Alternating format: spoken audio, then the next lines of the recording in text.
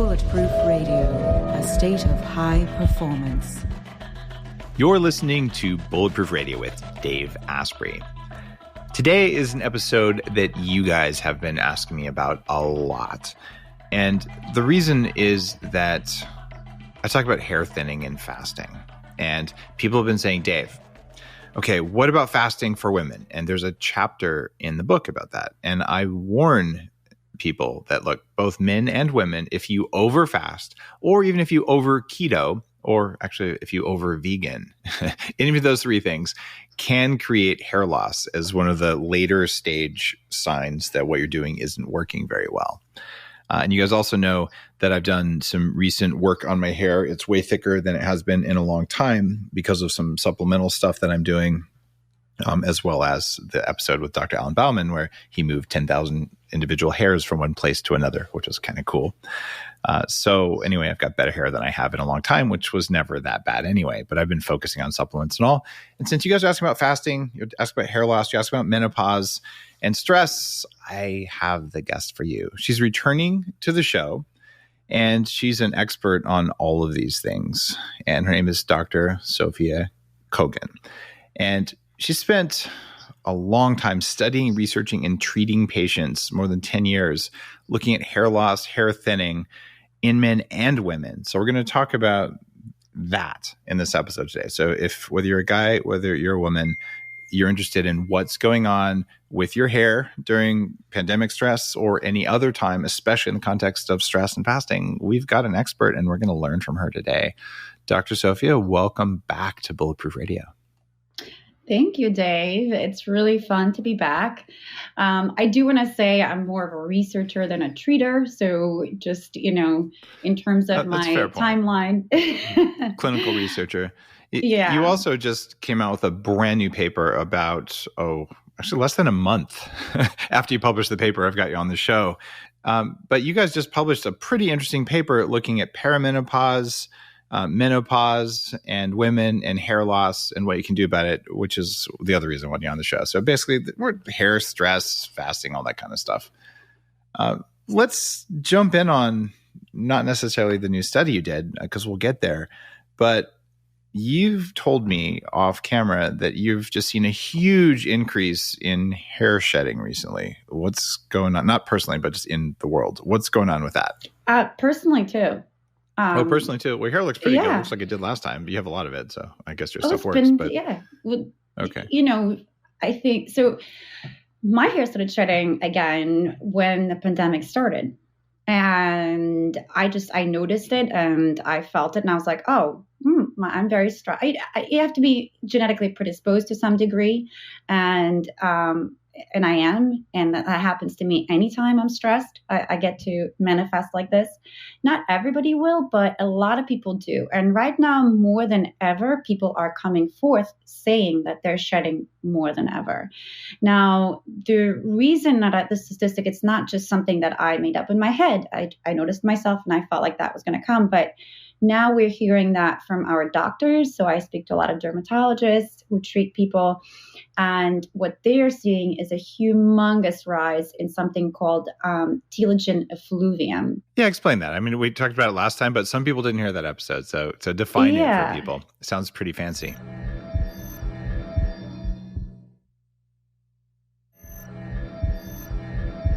Yeah. So the follicle, right? All of our follicles are on their own biological clock. They're kind of ticking and going at their own pace, each one. And they're going from the growth phase, which is called anagen, to the regression phase, catagen, to the resting phase, telogen, after which they're just slated to kind of fall out. So at some point, they're just there resting. And what happens is when we have a tremendous amount of stress, like for instance, like we had even earlier on in the pandemic and even currently, I would say that there's a little bit of a shift in terms of how stress is perceived now. It was really acute and now it's a little bit more chronic for us. But from that point, when you have this massive amount of stress now, it could be both physical or emotional. So it could be a strong shift in diet, a huge weight loss. It could be, to your point about fasting, it could be emotional, psycho-emotional, perceived threat, a life-threatening event. Now, pandemic is not a life-threatening event, like what is, right? So for a lot of people, that what happens is that those follicles are synchronistically shifted, a huge number of them, into that resting phase. So the body says, I want to pull the resources internally. I don't really need or care about hair. I want to preserve my life. And so it goes to the vital organs. And so that's what happens to the hair growth cycle, and it shifts. And all of a sudden, we have a massive amount of hair shedding about 3 to 6 months later. And that's actually what happens to a lot of people. Some people, that progresses to a more chronic situation. It actually makes so much sense just from an evolutionary perspective.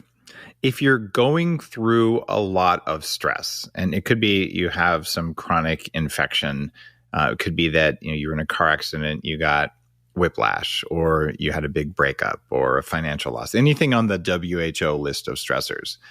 Well, the body's like, okay, I'm going to shift my resources towards survival. And frankly, making hair probably isn't super high on the list. And it's very elegant that the way the body says, oh, I have this like the honeydew list that I might have isn't that well ranked by importance, but the body is so elegant. I'm not wasting one amino acid. I'm going to shift it to this because this is slightly more important than that. And we don't know the exact order, and it probably changes based on all these variables in real time.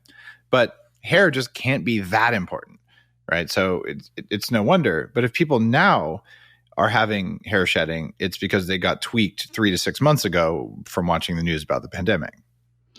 Exactly. So what we find today, actually, which is that this rise in telogen effluvium, which actually is documented now we have a little more data. In the beginning of the pandemic, we didn't. Now we can find papers about surveys and things like that, and actual observational and multi-center studies that have shown that there's this rise in hair loss. And what we've gathered so far is there are 2 types of people. One are people who've had COVID, and then the other ones are the people who are worried about having it.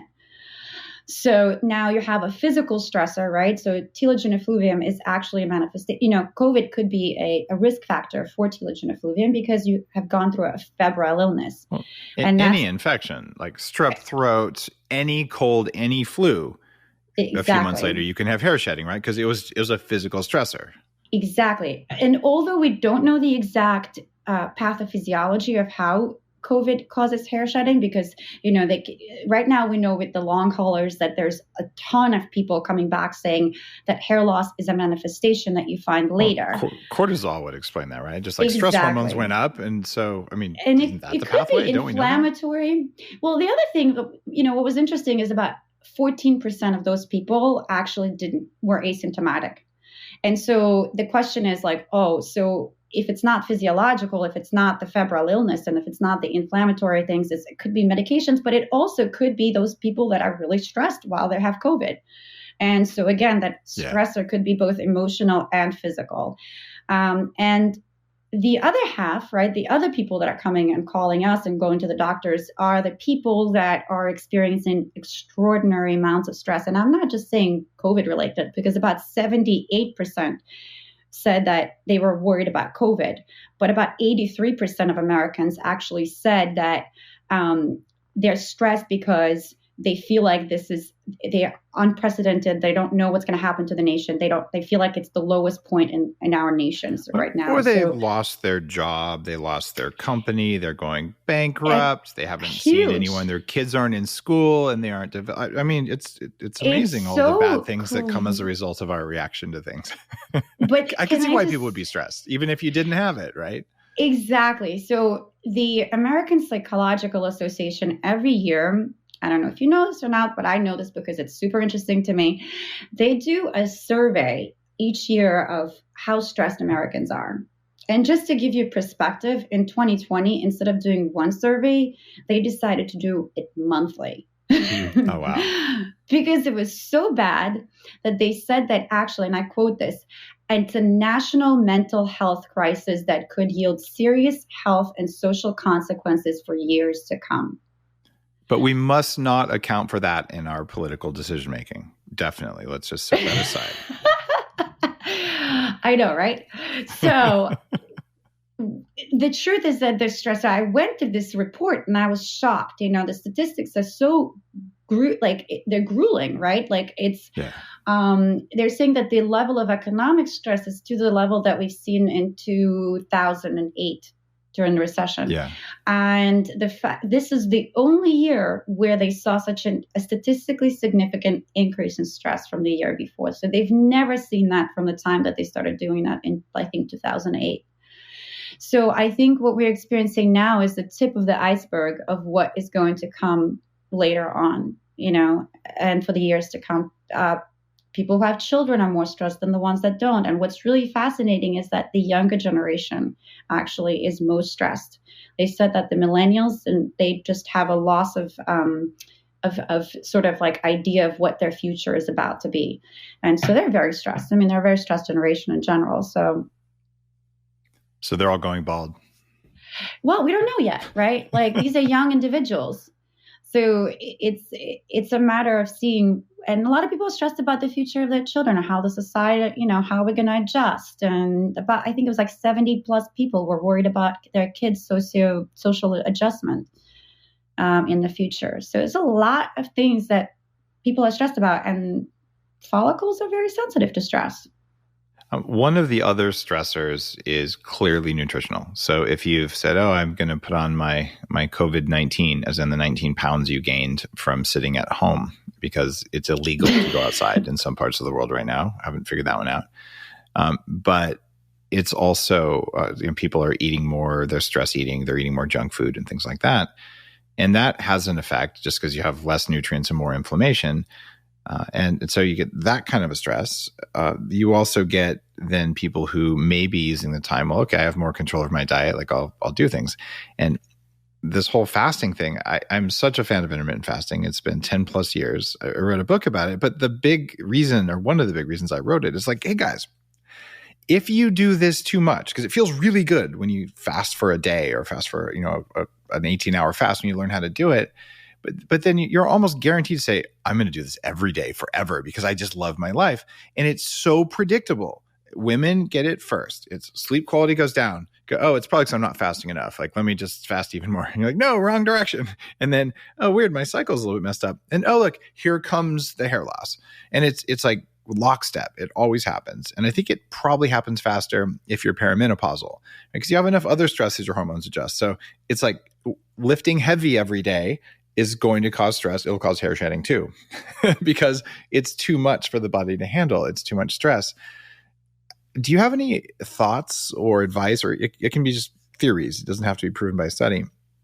How do people know how to manage their stress load between exercise stress, either junk food stress or fasting stress, and all these other stressors, to know, like, when should I do something that's not going to push me over the edge where I start getting hair thinning? Like, is there a measure of our stress? Is heart rate variability? Like how do I know if I should work out or fast, or whether I'm just so worried about the pandemic, I should just sleep extra because I don't want to lose my hair?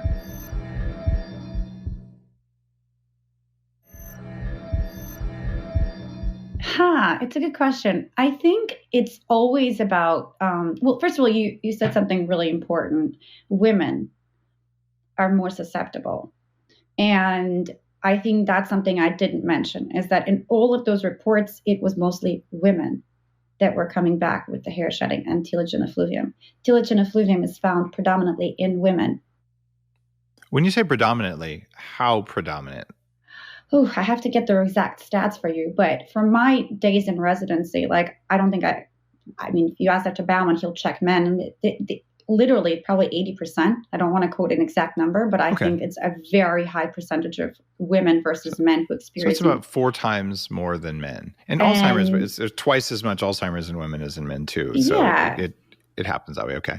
So in my humble opinion, that's related to the fact that, I think our, adrenal fatigue and all those things happen more commonly also in women. I think we just have we have cycling that happens. And so we have more to deal with in terms of our bodies being finely regulated and finely tuned. So when something goes out of whack, it really, kind of goes across all, because nobody really understands why it is mostly women that present with these things, especially also with autoimmune disorders and with thyroid, to which we disorders and subclinical thyroid disorders, which are on the rise.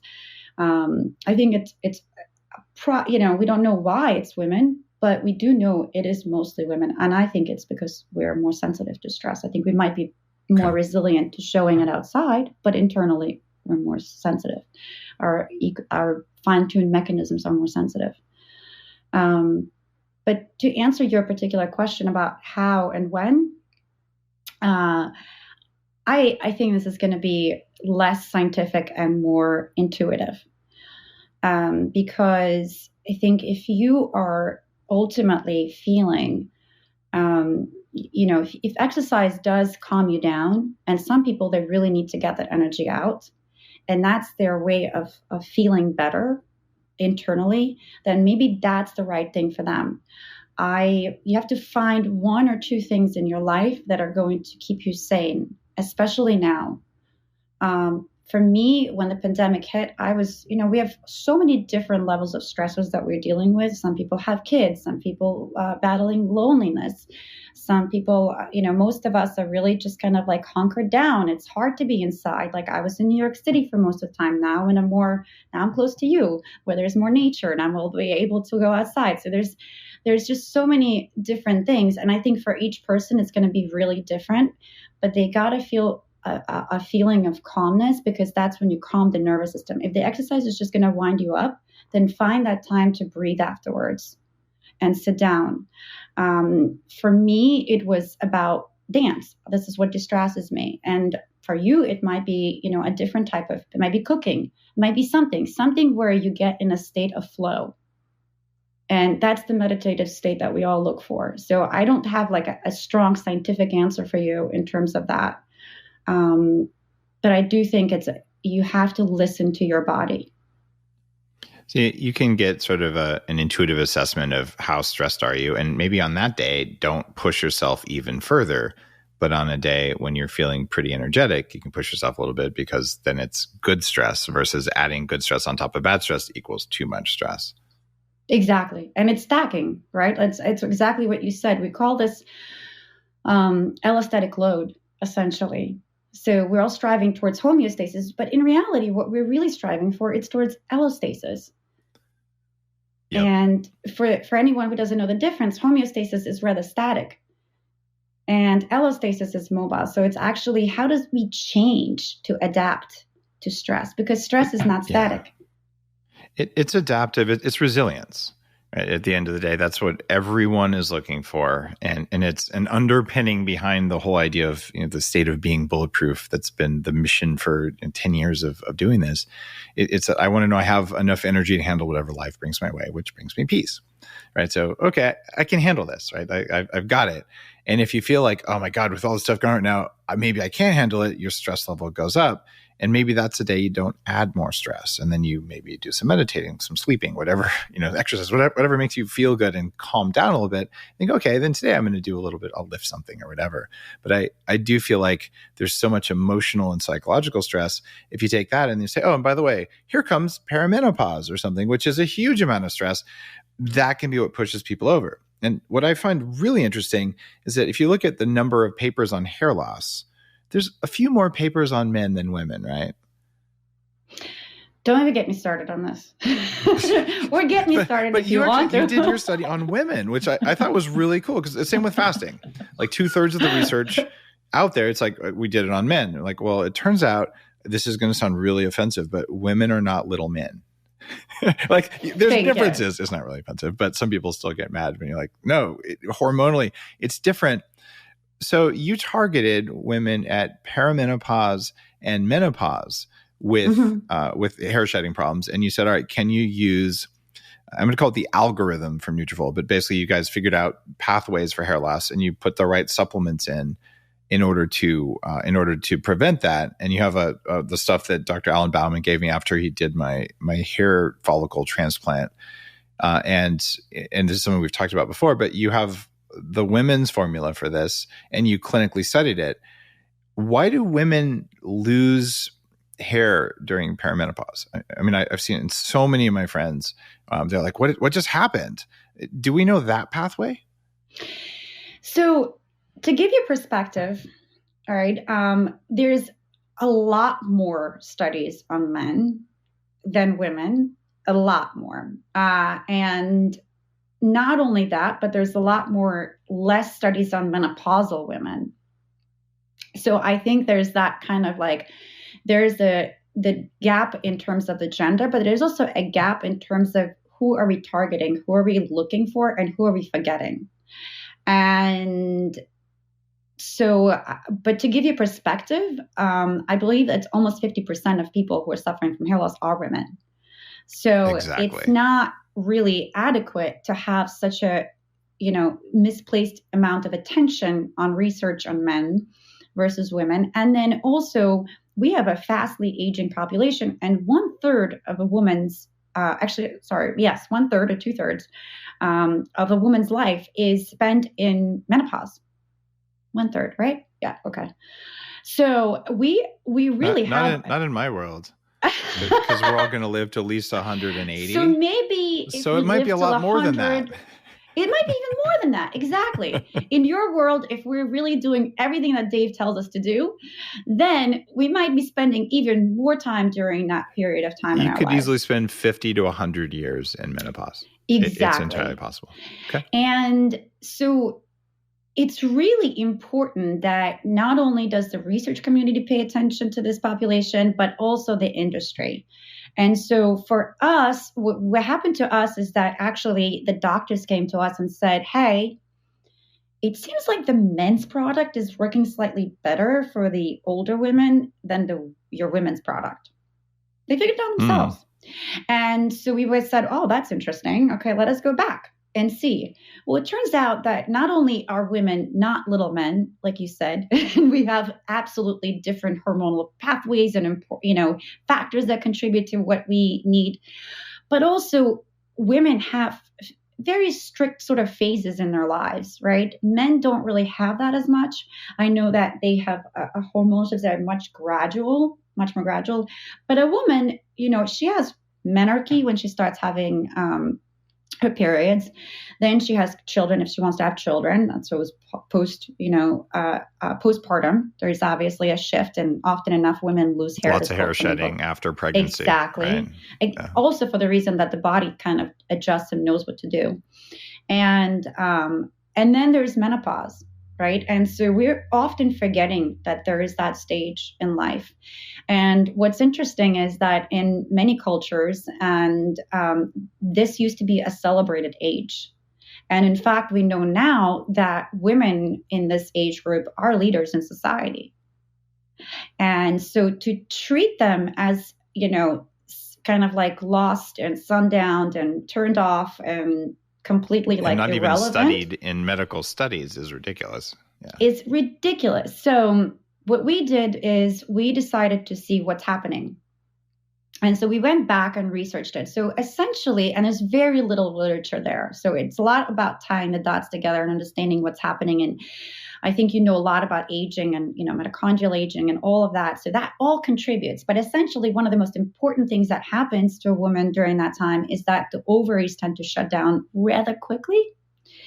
And so the estrogen and progesterone are actually kind of declining at a rather quick rate, while the androgens are still being produced. And although they decline with age, they decline much slower.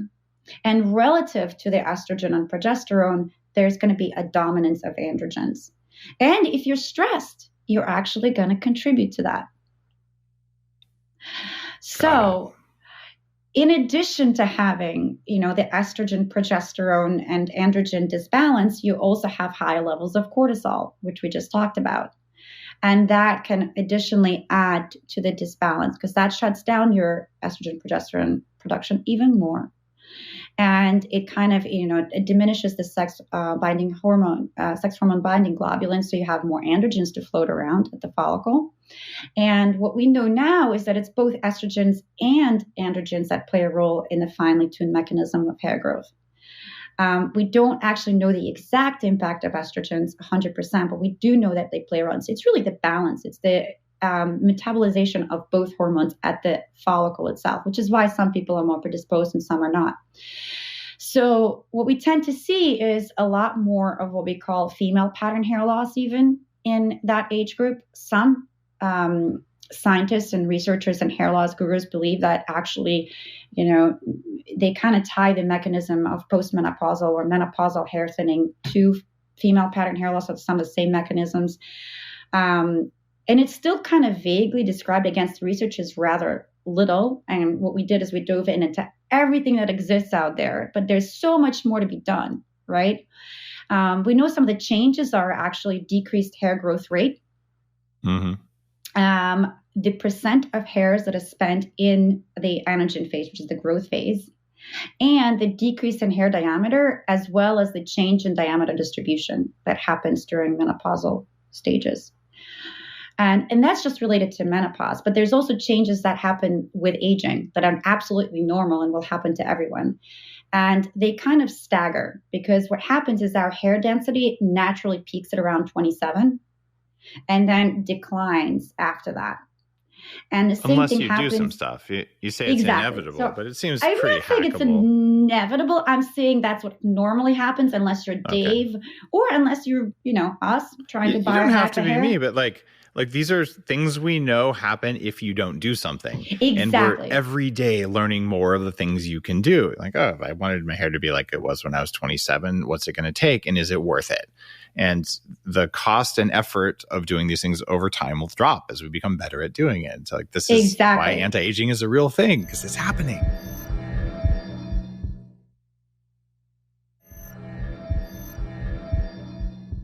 Well, so this is the lay of the land, and what we do about it is what we're going to be able to talk about right now, right? Okay. So 27 age, so the peak is there. So imagine that decline's going to slowly after that in the mid-30s. Actually, it's mid-30s afterwards. And then the diameter actually peaks at around 30s and then declines from mid-30s onward and 40s. So by the time you reach menopause, these stagger. Even so then you're basically dealing with, you have less hair, and the hair you have is thinner than it was before. It's not as thick hair shafts. So then it starts looking way more straggly than you're used to. And then you're like, what's going on? And it affects a lot that way, because you're used to looking a certain way in the mirror and you don't anymore. And it's a relatively sudden change around perimenopause. And that's mostly because you have a lot less hair because of hair shedding, or is that also a sudden thinning of the follicle or of the thickness of the shaft? Well, it's actually both. Okay, right? Both. And so the follicle gets miniaturized. It becomes thinner and smaller. There's less of it.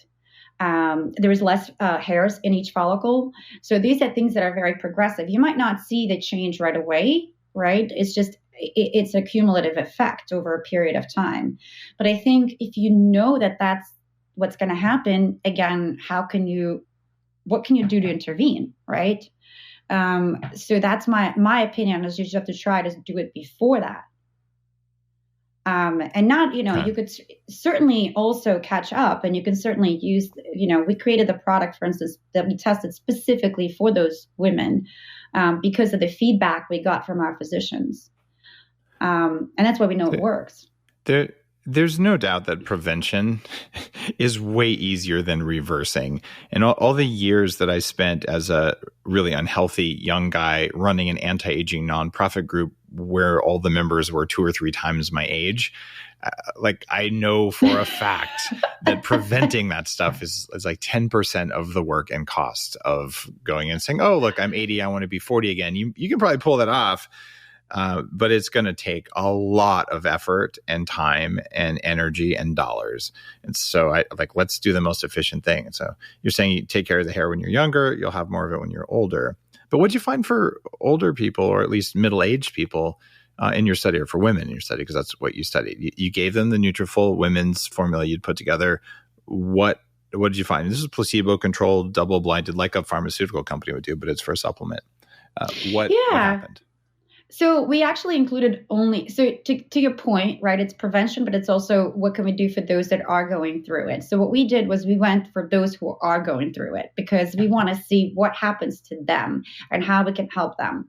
So we took women from ages of 40 to 65 and who were actually going into perimenopause, and there's definitions for perimenopause. It's irregularity in menstrual cycles, etc., and or it could be amenorrhea for more than 60 days, and then menopausal, which actually is defined as absence of periods for about 12 months, and postmenopausal women, right? So we went through all of those. We included all of those women. Some had other menopausal symptoms. I think most of those, highest number was of menopausal symptoms that are other than hair shedding or hair loss was actually hot flashes.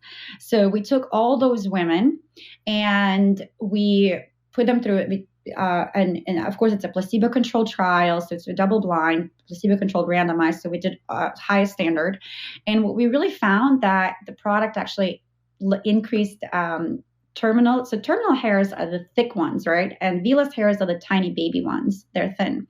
Terminal hairs is what you really want to increase, but you want to affect the vellus hairs as well. So the terminal hairs increased by about 10%. On day 180. So that's 6 months. Again, this stuff takes time, right? So we did 3 months, they improved. And then by 6 months, they really had a great improvement. All of this was statistically significant against placebo and against baseline. What's interesting with the vellus hairs is that the ones that were taking Nutrafol, actually, they had an increase of about, again, 10%. But the ones that did not take Nutrafol had a decrease that was also statistically significant. And it was about 3% decrease. And wow. Exactly. So there's your prevention angle. So my opinion, you can hypothesize about why that happened. And I think it's really the progressive nature of what happens is that if you don't intervene, you're actually going to have a progression. And you could say that those vellus hairs could be, turning into terminal ones, and that's why you have less. But because there was no, because the other ones, for the active ones, it increased. Right. So then it doesn't make sense that happened. So I believe personally, and that's what we wrote in the paper, that was really a sign of what if you don't do something, something is that they're going to continue to decrease. Another measure that we used that was really important, I actually didn't realize how important it was until the study came out and we sent it to our doctors. And our doctors have been using the product for a bit. One of our doctors, Dr. Val Callender, who was great, she said the shedding was the most important for her. So you asked what happens to women. Apparently they see a lot more shedding. And so for her, that was something that was a huge measure.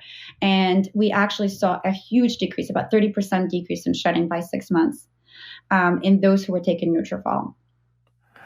So why does it work? What pathways are you guys hitting? I know you have a bunch of herbs in there. We talked a little bit about this in the last interview, but a lot of people haven't heard that. So why are you able to do this? I mean, are you turning down cortisol? What are you manipulating?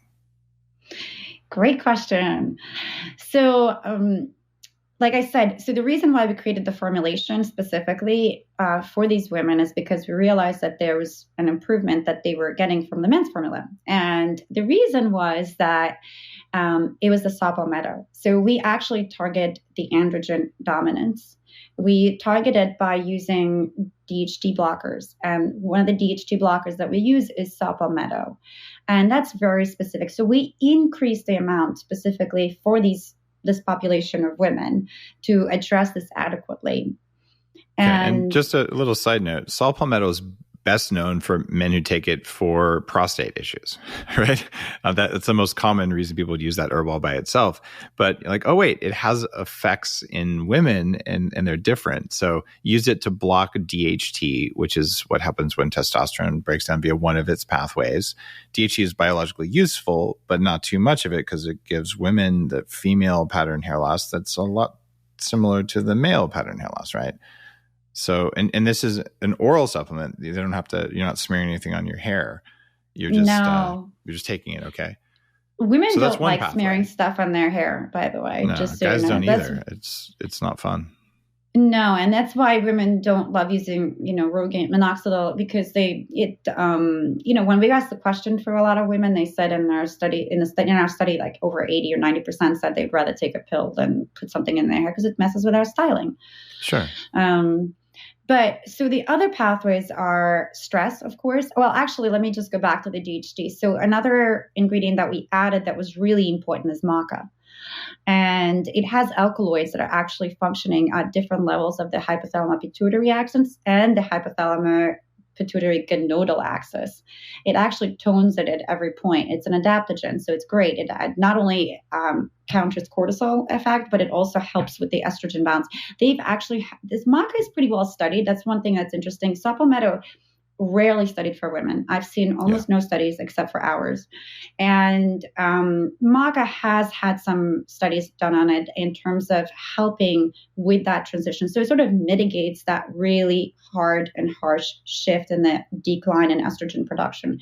It has a few different constituents that do that. And so it's a great addition. And I think it actually works synergistically with the sapo meadow to produce such a great effect. The other ingredients are stress adaptogens, something I love. And we have something called sensoril ashwagandha, which is probably one of the best studied stress adaptogens on the market.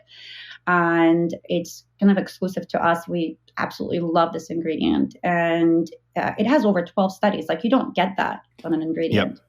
Yep. It's a very well studied form of ashwagandha. And just for listeners, what adaptogens do is they make it easier to turn stress hormones on and then turn them off when you don't need them. So if you don't have adaptogens, it takes you longer to go into stress response mode and you stay there for a long time. And adaptogens originally came from military use in China and maybe Russia. Like, oh, what if we give these to soldiers? They can go into battle mode and then rest when they're done instead of staying tweaked for 2 days after battle mode. Therefore, they'll be more effective soldiers. And it turns out it works for our stress response in general. I've been taking adaptogens for 25 years because maybe I had more stress than I needed. I don't know, who knows? So that's just a very well-studied one. So that combination you showed had these pretty substantial differences. Did it matter for perimenopause versus menopause? Did one group get better results than another? It's such an interesting question. So what you don't know is that the study actually was more than 6 months. What we publish currently is the 6-month double-blind placebo-controlled part. What we have out there still is data that we're still kind of gathering and sorting through right now. That's the 1 year. And what we did to the second part of the group is that we shifted the ones that were taking placebo, because I find it unethical to keep them on a placebo for a year. And we crossed them over. We had them take Nutrafol. And the ones that were taking it already, the active, we had them take it for, an additional 6 months to see what happens if they take it longer, right? Because we don't just want an effect at 6 months. We want to see what happens. So in that part of the study, we're going to stratify a lot more of the data on what happened to each section, each group, the perimenopause, menopause, postmenopause. So there's going to be more that's going to come out of that. What we know so far is that, and this is just actually the first time I'm announcing it, is that we have preliminary data to say that there was a further increase in those who were taking it consistently for a year and in hair counts, and that the ones who crossed over saw an improvement in both shedding and in growth. So, but other than that, there's going to be more information that we'll be able to bring to you maybe next time. Once you get the data, I got it. You have to get your full results. One of the things that I find really irritating about hair is it's the worst biofeedback system ever. Because you do something like, 3 to 6 months later, it's all going to fall out. And like, what did I do 3 to 6 months ago? And you can sometimes target it at a specific emotional or like a big physical event. Or I was bedridden for 2 weeks. Well, there you go. A while later. Or even I had a baby and 3 to 6 months later, poof, what happened to all my nice pregnancy glow hair? From a perspective of whether you're a man or a woman, like doing something consistently for 6 months to see some results, and you're seeing 10% change over 6 months, which is actually a phenomenal change, but it's different than here's a mitochondrial resuscitant kind of thing. A lot of the supplements, I'm like, you take it, wow, I had the best day ever because I was making more energy right now, and then I didn't take it, and then I didn't, and so you can really it's like driving a race car. Like you turn the steering wheel and it turns.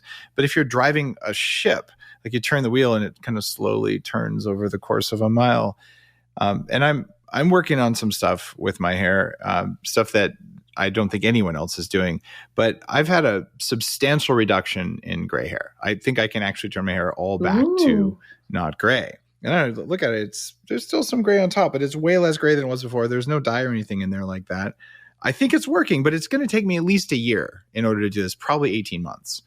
Right. And I will share what I did assuming it does work, whenever I'm convinced that it worked. And I'm in typical biohacker fashion, like find every pathway that might be involved and hit them all at the same time, because I don't care which one thing worked. I just wanted hair that was the color I wanted it to be. And, then we can start backing out and people can share in true, community fashion. But it's the long feedback time. It drives me nuts. I'm doing stuff, every 1 or 2 days and I have no clue, and I won't for a while. So I appreciate you doing a whole year study with Nutrafol to say what happens. But for people listening, if you do anything for your hair for a month, you're probably not going to see very much unless it's hair dye or some kind of cool conditioner. Like, oh, like my hair was like fluffy or whatever you wanted it to be. But if you're like, how is it thicker? And you also won't see the changes unless you're an expert and you look in, oh, look, I counted the number of micro hairs per cubic centimeter and whatever. Like you guys have quantitative ways of doing it that even if you wanted to at home, what do you do? Like part your hair and take a picture with your cell phone? You would have to go in and get it clinically evaluated. And that's what Alan Bauman did for me when I went in for my hair follicle transplant thing. And so I'm fascinated because it's the hardest to hack. And it's as hard to hack your hair as it is some of the anti-aging metrics, because we don't know the right anti-aging metrics to say, well, you changed it. But a lot of the things take time. It takes 7 years to replace half the collagen in your body, right? It takes 2 years to replace half the fat in your body. And those are the things that make the biggest difference. So I would just tell you guys, if you're going to say, I'm doing some of my hair, do it for 6 months. You have to do that, minimum 6 months. And then say, all right, is it different? And take a picture at the beginning or ask someone who doesn't see you that often or something, because it's like my kids, like I've always been this tall. I'm like, no, you actually used to be half as tall, but you can't see yourself grow taller and you can't really see your hair like that. So it's very frustrating to me, but I swear when my hair is completely not gray, then I'm like, okay, it worked, but well, we'll see. That's amazing. Tell me about gray. Why do we get gray? So, I mean, there's so many different reasons. There's the aging process, right? You have mitochondrial decline and aging. And so you have less ability to convert reactive oxygen species. There's buildup of hydrogen peroxide, and all of those things are going to contribute. Also, with age, you have a regulation of oxidative stress and inflammatory genes in the follicle. So there's a lot of things that are going on with age, but also stress. Right. There's a paper that came out in 2020, actually, which was a really interesting paper. And it said that, do you ever hear of the Marie Antoinette syndrome? I don't think so. I know about the off with your head kind of thing. Exactly. So she went gray right before that. And so that's the story. I don't know if it's true or not or whatever, but but we know stories like that when somebody got really stressed and went gray overnight. How does that happen? So the neuroendocrine system actually sends a signal down. And what happens is that the melanocyte stem cells are mobilized and they're mature all of a sudden very quickly. And all of them are matured. And so the reserve is gone over time. So as we're stressed, so that's actually the study kind of proved that and said that, okay, that's what happens. And they saw on a molecular level that there's some maturization of the stem cells into mature melanocytes. And then boom, you got nothing left. So that's one of the fascinating things. And you know what they mentioned? Just so you don't strive towards complete lack of gray. But what they mentioned was that there's like these monkeys, the gorilla monkeys that we said, what's the evolutionary sense of going gray? Like, why? Why does this happen to us? Why would the body just do that? Like, it makes no sense, right? But there is a sense. Apparently, gray hair is associated with wisdom. So these monkeys pick a leader based on how great the leader is, because they feel that that leader must have gone through enough stress to get the amount of wisdom that they need to be a leader. You just reminded me of something. I haven't thought of this in years. So when I first went to Silicon Valley, I was maybe 23. Okay. I'm just starting out in my career. Right. And I'm starting to accumulate, some abilities, a technical expertise and all. But everyone knows, okay, if you're 45, you're like, okay, this guy's still, from a 45-year-old perspective, kind of a kid. Like, there's a lot I don't know. There's a lot I don't know that I don't know. And I think I know more than I do. And I was thinking, all right, how do I get a raise, or how do I get a promotion? Or how do I get a new job? And I literally went into a hairdresser and I'm like, I want you to dye my temples gray so I can go into a next job interview. They're going to think I'm 5 years older and they're going to pay me $25,000 more a year in my salary, because salaries go up with age generally. And they're like, we don't make hair dye to make hair gray. You can't do that. Like, we can make you blonde. I mean, no, can't you make it gray? And they're like, can't be done. And I was so pissed, but I actually did that because I'm just like, this is not fair. Like, I'm already fat. I could at least be a little bit gray. And so you just reminded me. It's true. It's a sign of wisdom. I'm with you there.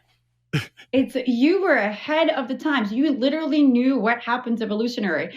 And interestingly enough, you see, like, there was a trend a couple of years ago where all the millennials were dyeing their hair gray. So I don't know, that has something to do that. You can do that now. Now, if you went to a hairdresser, they could make you gray anytime. But now you're fighting against it. Yeah. And it's totally true. In fact, I don't know if they still do this, because I left Silicon Valley primarily, about 10 years ago, from a career perspective. But it was just, we call them gray hairs, like the engineers who know how shit works. Like, it's like every meeting needs a gray hair, because like, no, guys, we've got all kinds of young, creative, visionary energy, but there's always a couple of guys like, no. Let's talk about how it really works. And they're the guys who can they're like wizards. They can like look at a huge problem set and be like, that's where the problem is. And then we can all work as a team. But if you had a team that was all gray hairs, like, that can't be done. And if you had a team that was all young people, then they wouldn't know what they shouldn't do. And so it was really neat to have a mix of ages. But you're right, it's a sign of wisdom, right? And so I'm working on creating this world where a lot more older people have a lot more energy, so we have a lot more wisdom that we can share across all the generations. And I think that's going to be fantastic. But if you can't recognize the older people because they don't have gray hair, you'll just have to go on competence. And I like that better. I like that too. But it kind of also, tells you a little bit about our societal norms. And, speaking of menopausal women who are also going gray at the same time, like, again, there's that question, is it a bad sign or is it a good sign? I don't think we should judge anyone by a book by its cover. But at the same time, there is merit for evolutionary changes that happen to us in some capacity, and we can fight against them. So I think, using antioxidants is a big deal. You have to, boost your own, because we're declining in antioxidant potential as we grow older. So so that's one of the things we added actually into our menopausal product, is that we added a really powerful antioxidant in addition to the antioxidants that we already had in our previous formulations. And that was simply exactly about what you're talking about. Which antioxidant was that? Astaxanthin, which is about 600 times more power than vitamin C. And I think you almost can't get enough astaxanthin. It is so powerful. It's in the fish oil stuff that I make for Bulletproof, and it's in the eye armor stuff that I make. And I get a combined total from all sources of 12 to 15 milligrams a day. And it's a big deal for anti-aging. Like I love it that you guys have that in there. What a great addition. Yeah. Yeah. And you were saying something about it. I didn't mean to cut you off there. No, I just said I love the red color. That was purely aesthetic. Well, it's what makes shrimp red. It's what makes salmon who eat their phytoplankton red. And man, it's one of those really powerful things that I wish everyone had more of. So adding that in for hair loss, I didn't even know that it had an effect on that, but I love it that you made that change, because it just makes so much sense. Does it go after peroxynitrite? Is that the hydrogen peroxide thing that's the issue? I didn't know it even did that. Okay. It must do that if you put it in there. Okay. Yeah. Wow. Now, one of the things that I have endeavored to do on the show and on my social media this year is when I actually use something, I do everything I can to save people money on it. And so I ask people to come on the show. If you're going to talk about something cool, you have to give us a discount. I do not use the women's formula. I'll be pretty straightforward there. But still, you were nice enough to give 20% off at your first order. Nutrafol, Nutrafol.com. Use code Dave. You're 20% off. And does that work for the men's formula as well? Yeah, it works we have 3 different formulations. Okay. And the one we were talking about most in this particular segment is the women's balance. And that is for that woman that is going through the menopausal transition or approaching it, because again, we want to hit the preventative and the actionable angle, and men's and regular women's products. So for those women that are younger, and each of them will obviously, if you go on our website, you'll get a 20% off. And if you happen to go through the quiz, you can also get different booster packages. So if you're extra stressed, you can have an extra stress booster additionally to that. And nice. We talked about that in a different episode a lot, but definitely the more adaptogens you can get, the better. It really, it makes sense. And so for people who are paying attention to that, I really honor the fact that you said, look, we're going to make a product for women at perimenopause and menopause, because it's a lot of people. And and things are different there. And I did my best in Fast This Way. I'm like, okay, I can have a chapter and I can talk about the differences for women and perimenopause and menopause, but oftentimes the studies are lacking. And so you're like, oh, we'll just do the study and then we'll make the stuff. So I just think that's cool. And we need a lot more of that out there because, like I said, we have an aging population. And what I would like everyone listening to know is it doesn't really matter what your age is. If you're 25, whether you're a man or a woman, there will come a time in your life where you're going, what the hell just happened to my hair? Even if you're one of the lucky ones, like all the guys in my family are super bald. I've kept my hair really, really well compared to my genetic predisposition.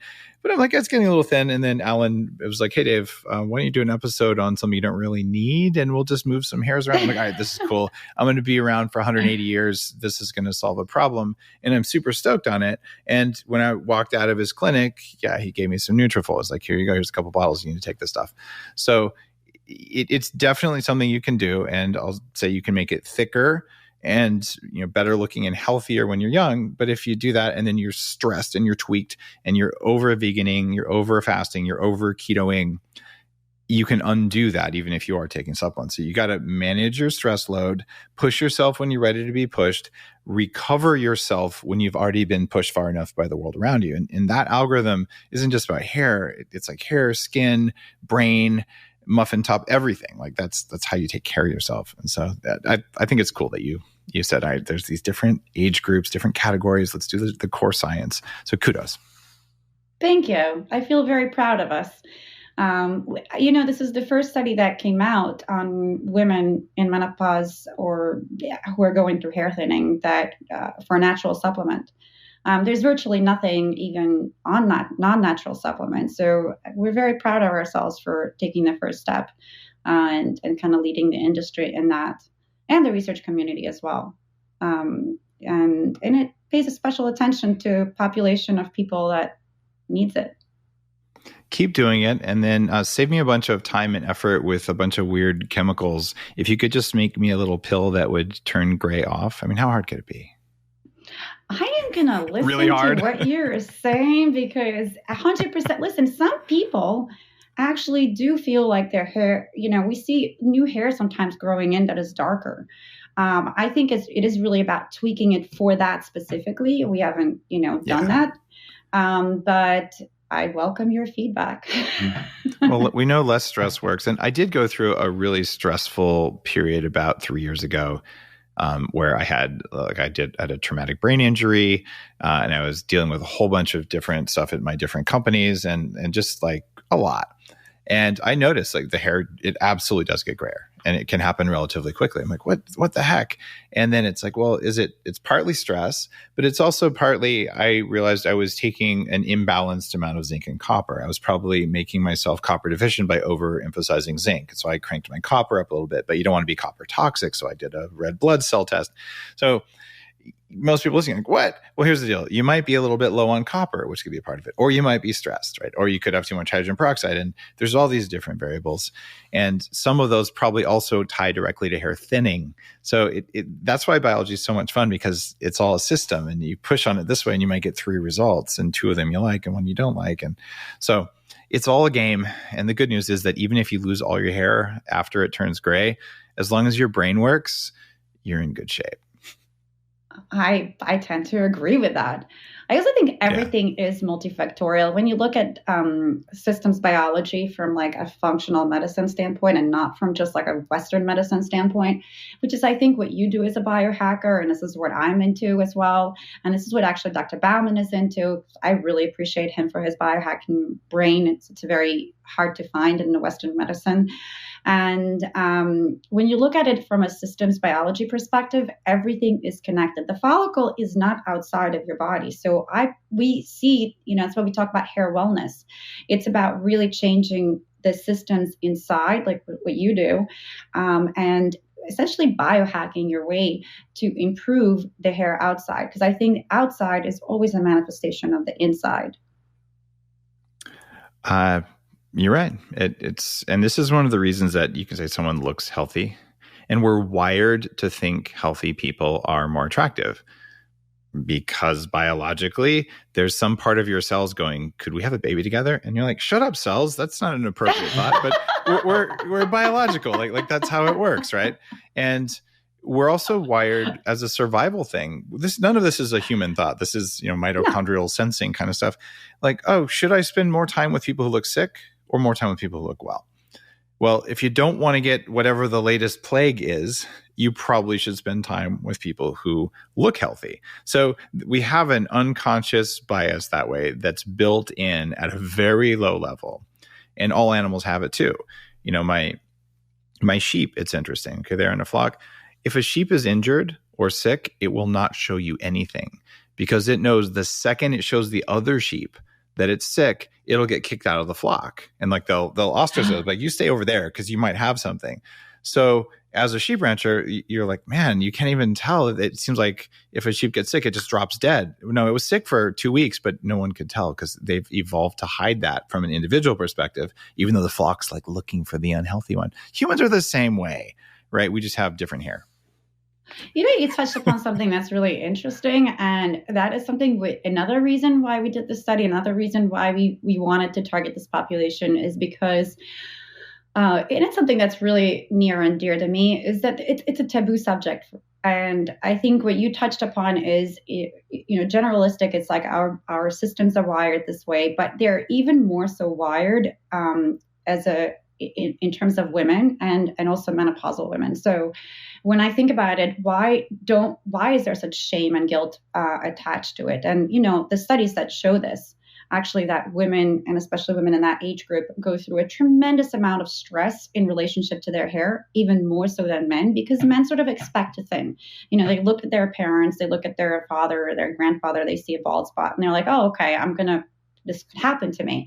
But like you said, we as women, we're not told that.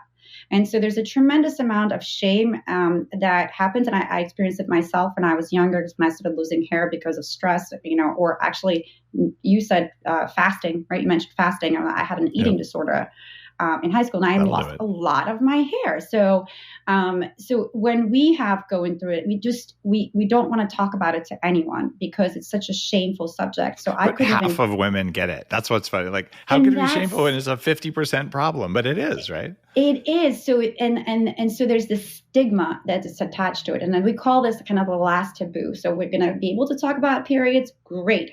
Hallelujah, we finally can. We can talk about menopause. Hallelujah, we finally can. And now I think it's really important to just, like you said, address the fact that, hey, this is going to happen to you at some point in time. So what can you do about it? And I always encourage, women to speak up, because that's the first way that they can de-stress. Because once you actually speak out, you see, oh, you have it too. Oh, you have it too. Oh, you have it too. Now you're not alone. That stress level comes down. And then you can, once you take the first step to doing something, then you're having control. Having control already is a de-stressor in itself. And so these are the things that it's interesting you mentioned it, because honestly, I feel like it's even more important for women because it's associated to some sort of a sense of femininity. It is associated with femininity, and being bald is not considered attractive for men, but it's also sort of like I said, it's so common, it's what happens. I think men are becoming more sensitive about it than they used to be. It's more willing to talk about it, like, oh, I don't like it, but it's happening and maybe I'll do something about it. Whereas if you look back 20, 30 years ago, paying any attention to your physical appearance as a guy was something that you really wouldn't do. Because women, they put on makeup and man, I'll get wrinkles. I'll look distinguished and what the heck. And it turns out, putting a little bit of moisturizer on makes a huge difference. And I learned to do that. I'm fortunate that, I've worked with a skincare company with Alitura, and, some of the people on my team at Bulletproof have been skincare experts. Like, Dave, seriously, it's not that hard. Do this one thing. And so, yeah, you can have better skin. And what you don't understand is your skin's an organ, right? And it's something that has a function. And if you take care of that, it's good. And if you take care of the skin under your hair, it's also an organ, right? And the way your hair comes out, hey, how's that organ functioning? And why we associate that as, a sign of femininity, there's got to be some evolutionary reason for that. Maybe it's because women with, like you said, yeah, maybe you're more. It's a fundamental kind of sense of health and well-being and femininity. So fertility, all those things tied together. And that's not to diminish the psychological impact of hair thinning on men. I wasn't saying that. I think it's just, it's a little bit, there's this kind of mismatch as to how much we talk about it. But like you said, maybe it is also about men, taking preventative steps at the same time about their skin health and everything else.